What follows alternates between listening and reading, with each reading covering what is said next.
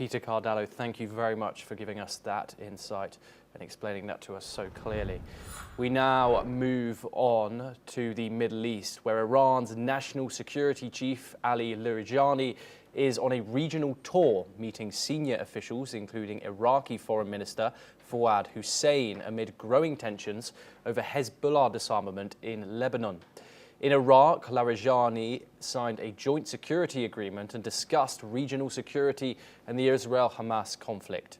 Larijani's upcoming visit to Lebanon comes as the Lebanese government, backed by the US, seeks to disarm the Iran-backed Hezbollah, a move strongly opposed by Tehran. Iran maintains that Hezbollah's military capabilities are essential for Lebanon's defense against Israel and condemns disarmament efforts as foreign interference. This tour underlines Iran's strategic influence in the region and its support for allies amid shifts in power. Now, to discuss this, we're joined by Dr. Ronan Zeidel. He's an Iraq analyst from the Moshe Dayan Center University, and he joins us live from Tel Aviv right now. Thank you very much for joining us here on the program. Doctor, how significant is this new Iran-Iraq joint security pact, and what does it tell us about Baghdad's current foreign policy alignment? Well, we don't know details of the agreement, so I wouldn't be able to give you the details that I don't know. We suppose that it touched upon several issues. First of all, there's a major pilgrimage within 2 weeks, the Arba'in, and millions of Iranians are going to flood Iraq as part of this pilgrimage. Millions of Iranian pilgrims, so they need to be protected. So I guess that part of the agreement speaks about protecting them.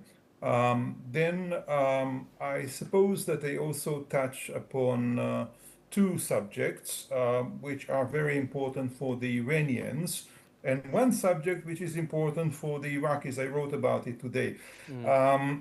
Well, the first subject, let's start with the Iranians. There's the question of the disarmament of the Iraqi militias, which of course is connected as far as the Iranians are concerned. It is also connected to the disarmament of Hezbollah in Lebanon and other militias of the resistance axis all over the Middle East. The Iranians, of course, are totally against the disarmament of the Iraqi militias. And they are going to press the Iraqi government not to pursue this issue further. On the other side, the Americans pressed the Iraqi government to disarm the Iraqi militias, and the Iraqi militias themselves are kind of restless now. So the Iraqi government is in a kind of is doing a kind of an attempt to come to terms with them. So that's the first subject. The Iranians don't want the militias to be disarmed, and the Iraqi government is under an opposing pressure from the Americans to do that. The second thing is the popular mobilization law, which will be presented to the Iraqi parliament one of these days. I don't know. It is on the table, and it's highly controversial, even in Iraq. So I'm not sure if the parliament will approve this law. The Iranians want this law to be approved because it approves the existence of the popular mobilization and Hashd al-Sha'bi as a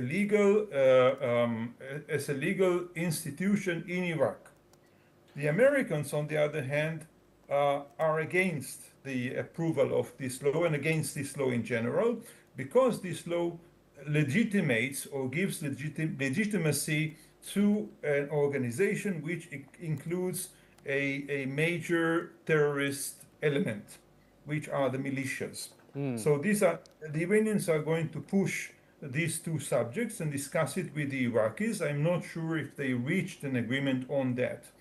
The third subject, this one is coming from the Iraqi government, is to kind of restrain the militias, because the militias went reckless recently in Iraq, doing all kinds of things that strongly embarrass the Iraqi government. And the Iraqis have no way to restraining them. So I guess that they were speaking with the Iranians about this subject. I don't know if the Iranians would restrain the militias. That's a good question. But the militias were embarrassing the Iraqi government. To a certain extent, they were also embarrassing themselves Yes. because some of the things they did ran against their own interests. And exposed some of the corruption in Iraqi politics today. So I guess that the Iraqi government appealed to the Iranians to try and restrain their own proxies in Iraq. Yes, Dr. Zidel, how might Iraq's cooperation with Iran influence the broader regional debate over Hezbollah's disarmament in Lebanon? It doesn't. Well, it's as far as the Iranians concerned, it's part and parcel of the entire issue of disarming the resistance axis. But the Iraqi government doesn't really have any influence on the disarmament of the Lebanese Hezbollah. This should be negotiated between the Iranians and Hezbollah and the Lebanese government, of course. The Iraqi government is in a kind of a similar situation to the Lebanese government here, but it's weaker than the Lebanese government in its insistence on the disarmament of the local militias. Yes, and finally, let's talk about the implications for Israel here, Dr. Zadel. From an Israeli security perspective, should we be concerned about Iraq becoming a more active conduit for Iranian influence? For Iranian influence, you mean?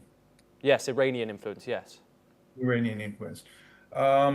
Israel should be more interested in whatever happens in Iraq. I'm saying so that as an Iraqi expert, of course, who lives in Israel and tries to sell my merchandise, here. Of course, Israel should be interested in whatever happens. Then Israel should be concerned if Iran would expand its influence into Iraq and open new fields of influence. For example, if Iran would prepare Iraq as a launching site for its missiles in a future confrontation with Israel, that should worry us very much.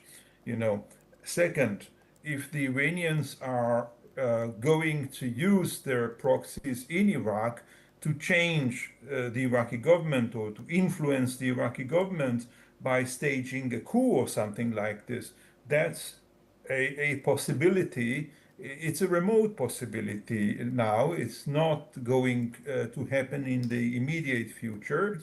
But if somebody is discussing that in Iran, and he's discussing that with their collaborators,